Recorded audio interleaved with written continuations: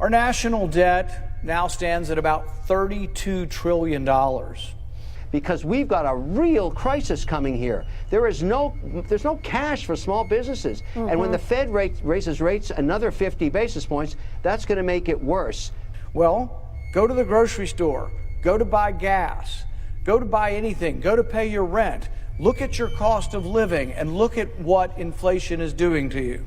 At some point, you have to stop printing money. So the anti-inflation bill, or whatever you want to call it, is just printing money. Now, where that money goes is the narrative today. We run a debt, this place spends money we don't have, and where's the deficit made up for? We sell that debt to the Federal Reserve, the Federal Reserve buys it, and you're like, wow, this is a great system. We spend money we don't have, we print up these things called treasury bills, the Federal Reserve comes over and then buys them. Wow, we can just do anything we want, we have the printing press. But when they create new money and that new money enters into circulation, that is inflation. Inflation is an increase in the money supply.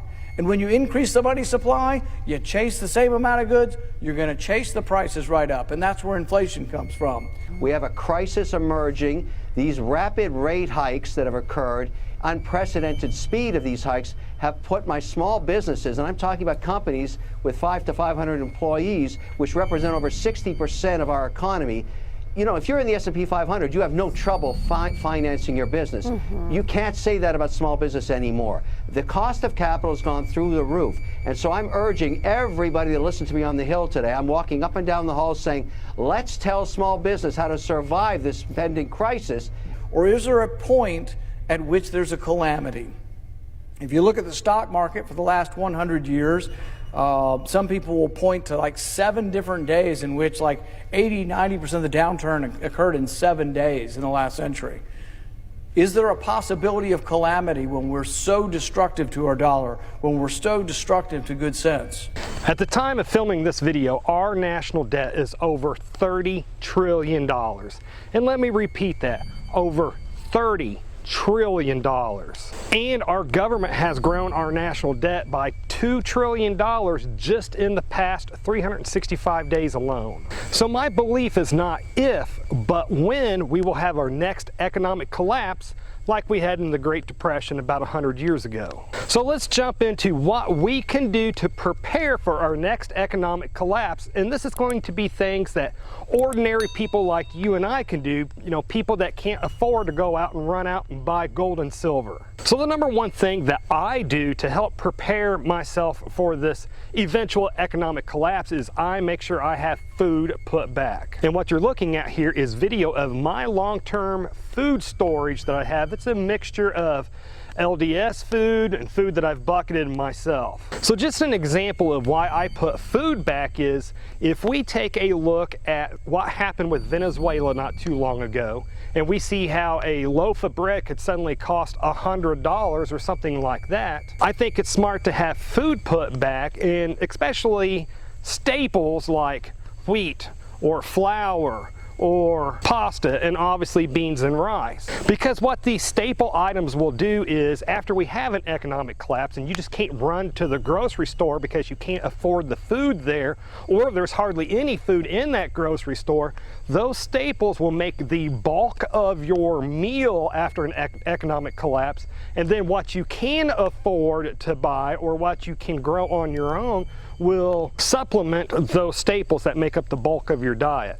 Now, the second thing that I like to do to prepare for an eventual economic collapse is to keep some cash on hand, because when an economic collapse happens, many times people will run to the ATMs and start withdrawing their money out. So if we have another Black Friday event or something like that, and everybody runs to the ATMs and withdraws their cash, and you can't get to cash, then you have that cash already on you. And at the very beginning of an economic collapse, cash will still be handy, at least for a little bit. And the third thing that I do to help prepare for the next economic collapse is that I am learning how to produce my own food. And what you're seeing here is video of us harvesting food from our garden. Because not only will being able to grow your own food help to put food in your stomach when you can't run to the grocery store to buy some, but it will also help to extend whatever long-term storage foods that you have already put back. And the fourth thing that I do to prepare for an economic collapse is that I pre-purchase clothing and footwear that is appropriate for my climate and my area. For example, we can get some pretty cold winters where I live at, so I have extra heavy coats and extra heavy blankets and extra heavier pants and stuff like that already pre-purchased, so that if I cannot afford to pay my heating bill or something like that, then we can have the clothing to help keep us warm. And then if I have to start doing extra manual labor, then I always make sure that I have some extra good sturdy work boots on hand that can stand up to those type of working conditions. Now with these Bidenomics that's going on right now, with the way inflation is through the roof, I am not able to just run out to any store and buy this extra clothing that I want to. But this is where it's good to actually be hitting those thrift stores and looking for those heavy winter coats, those heavier clothing, and the work boots that you're looking for. Now the next thing that I do to prepare for an eventual economic collapse is I have an ability to purify my water. Now before you scoff at this, I want you to think about this. When people lose their jobs, they're not paying taxes. When people aren't paying their taxes, then the government doesn't have as much money or revenue coming in. And then when the government doesn't have as much revenue coming in, then they start looking how to cut corners and save money. And then when the government starts cutting corners to save money, I've got 4 words for you: Flint, Michigan water crisis. And what you're looking at here is the Berkey water filter that I use. I've had this for several years now. I've had it purify dirty green lake water. I've really put it through some torture tests, so I 100% trust this. And shameless plug, I'll put an affiliate link down below to it. You can check it out if you want to. And the next thing that I do to prepare for an economic collapse is I make sure I have a gas mask for every one of my family members. And you may ask, why would you need a gas mask if people don't have money? And that's because if we do have an economic collapse and a loaf of bread does start costing $100, you can expect people to start rioting. And then when people start rioting, the police start shooting tear gas. So if you live in a city, it just might be a good idea to have a gas mask on hand in case you find yourself in the midst of something like that. And then the next thing that I'm doing to prepare for the next economic collapse is learning how to make my own medicine. Now before you scoff at this one, I want you to think about how expensive medicine is today. And so what I've been doing over the past couple of months is I've really been researching how I can make medicine from the different plants and trees that grow natural and wild here on my retreat property. Now I'm not talking about the kind of medicine that's going to fight cancer or fix a gunshot wound or something like that, but I'm talking about stuff that you can make cough syrup out of, stuff that might help regulate your blood sugar, help with a bladder infection. So my belief is that during an economic collapse, when you can't even afford a loaf of bread, being able to collect leaves or tree bark or something like that to treat infections from a skin cut or diarrhea or constipation or something like that will be absolutely priceless. And then the next thing that I do to prepare for an economic collapse is getting self-defense tools and training with them. You have to think that during an economic collapse, people aren't going to be working, and when they're not working again, they won't be paying taxes, and when they aren't paying taxes, then the government will have to start laying off police officers. And then when there's no cops to take them to jail, the criminals will start targeting you. So again, I believe that a well-prepared person will arm themselves with weapons that's legal in their area, and not only arm themselves, but train with those self-defense tools. Now for self-defense tools, I really like Palmetto State Armory. They have a good selection and they're very cheap in price, and I will put an affiliate link down below where you can check them out if you want to. And the next thing that I do to prepare for an economic collapse is that I ensure that I have an essential job. If we think about it, when money gets tight for people then will only spend money on what they absolutely have to survive. So when our economy really starts taking a dump, you do not want to be a barista at an expensive coffee shop or a dog sitter at a doggy daycare or something like that. And the next thing that I do to prepare for an economic collapse is that I have the ability to have communications and also a way to recharge those radios. And what you're seeing here is video of my solar generators and then also some of my handheld radios. But if our economy takes a dump and the world around you starts getting ugly, you want to have the ability to be able to hear what's going on around you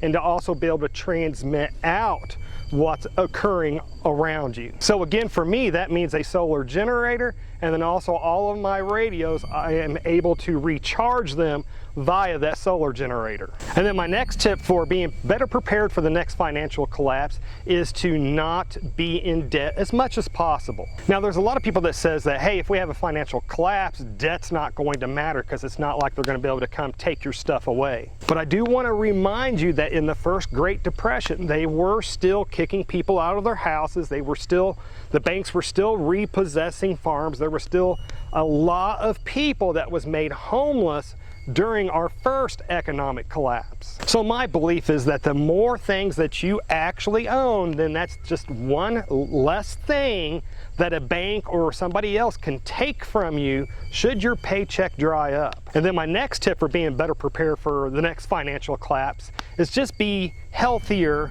in general. Now, before you scoff at this one also, you just have to think about how expensive the trips to the doctor are now. You just have to think that if you go from the lifestyle where you sit around on your couch and eating and being sedentary to all of a sudden having to do manual labor, your body will not react too well to that. I cannot tell you how many times back in my old uniformed patrol days that we got dispatched to relatively young men. I'm talking men that's in their 50s or early 60s, not that old. But I can't tell you how many times we got dispatched to relatively young men like this having sudden heart attacks and dying while they were just simply mowing their lawn or shoveling snow off of their sidewalks. And the reality of what happened to these men was that they spent most of their time sitting on their couch and eating junk food, and then they decided to go out and do some simple manual labor like mowing their lawn, and then bam, that heart attack hits. Now, I am definitely not going to be on the cover of Men's Health magazine anytime soon, and I'm definitely not one of the most buff guys out there, but I don't eat fast food on a daily basis. For me, fast food is a treat. And I try to eat fairly healthy, and I do get a lot of exercise while working on my property out here. So it would behoove of you that when our next financial collapse happens, that you go into that financial collapse in relatively good health. So what other tips did I miss that you can add on that would really help somebody to better prepare for our next economic collapse? Comment down below with those tips. And to learn what scary similarities that we are seeing in today's world that people were seeing when we had the first Great Depression almost 100 years ago, then click on the video that should be appearing on the screen just about now so that you can see those signs of that train wreck that's coming. Anyways, folks, this is enough internet for me today. I do need to get back to work. And folks, if you made it this far, hey, thank you very much for watching. And I pray that you have a good night.